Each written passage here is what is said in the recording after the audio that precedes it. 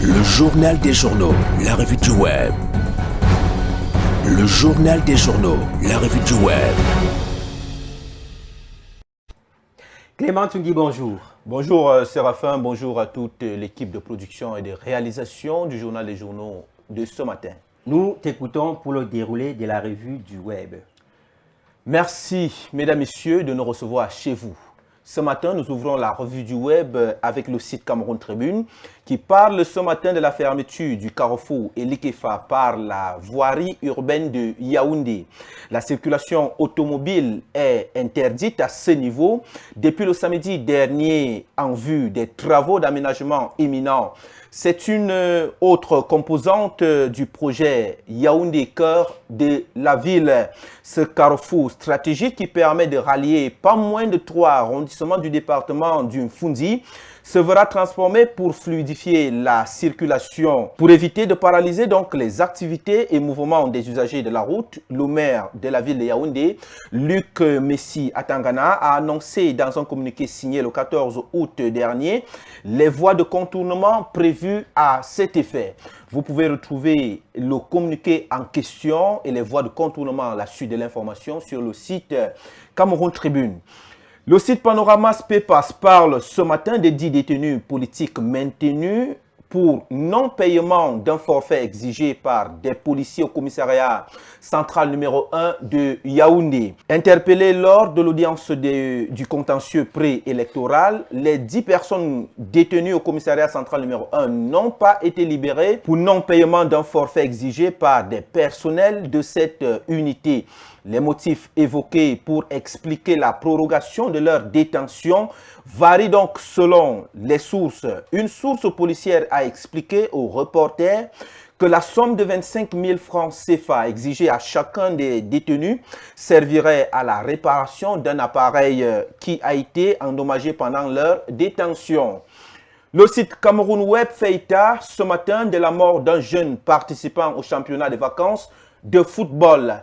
C'est une tragédie produite ces dernières heures au village Nkar dans le nord-ouest. Le jeune homme participait au championnat de vacances de football qui mobilise beaucoup de personnes de façon surprenante. Il se fait pointer du doigt, identifié dans la foule comme étant un ambazonien combattant séparatiste. Rapidement, les soldats sont arrivés sur place quelques minutes après et l'ont tué sous le regard impuissant d'une partie de la foule qui a bien essayé de limiter les dégâts, mais en vain. Après enquête, il s'est avéré que ce jeune homme n'était pas un combattant séparatiste, ni avec eux. Alors, nous poursuivons, mesdames, messieurs, la revue web avec le même site de Cameroun Web qui parle d'un conseiller technique du mine Postel accusé de tentative d'agression à la Sanaga maritime, M. Len Raphaël, puisqu'il s'agit de lui, conseiller technique numéro 1 au ministère des Postes et Télécommunications, est accusé d'avoir organisé donc une expédition punitive contre son cousin du village Makop dans l'arrondissement de Pouma. Le 20 août 2025 dernier, une grave altercation s'est produite au village Makop, lieu-dit dans l'arrondissement de Pouma, département de la Sanaga maritime, région du littoral. Les faits impliquent le conseiller technique numéro 1 du mine Postel et son cousin, le nommé Len Maxime, gardien de la maison familiale. Selon nos sources d'information, cette altercation trouve son origine dans un différend judiciaire. Monsieur Len Raphaël avait fait condamner son cousin au tribunal de première instance d'EDEA pour une prétendue destruction. Retrouvez également, mesdames et messieurs, l'intégralité de cette information sur le site Cameroun Web. Nous clôturons la revue web de ce matin, mesdames et messieurs, avec le site Panoramas Papers qui parle de la cybercriminalité en Afrique et fait état de plus de 1200 arrestations faites par un coup de filet d'Interpol, arnaque à l'héritage, minage illégal de crypto-monnaies. Un vaste coup de filet contre la cybercriminalité en Afrique a mené à 1209 interpellations et près de 100 millions de dollars retrouvés, indique Interpol vendredi le 22 août dernier.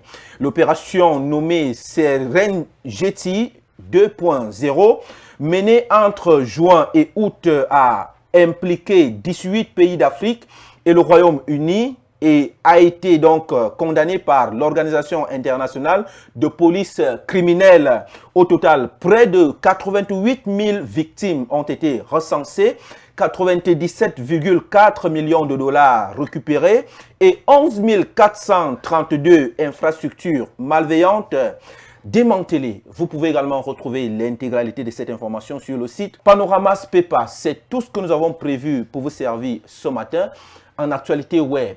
Alors, mesdames et messieurs, nous nous donnons rendez-vous demain à la même heure pour le même exercice. Vous restez avec Séraphin pour la suite du journal. N'oubliez surtout pas que notre engagement et notre détermination, c'est vous. C'est Dieu qui couronne le tout. Séraphin, c'est tout pour ce matin. Merci Clément.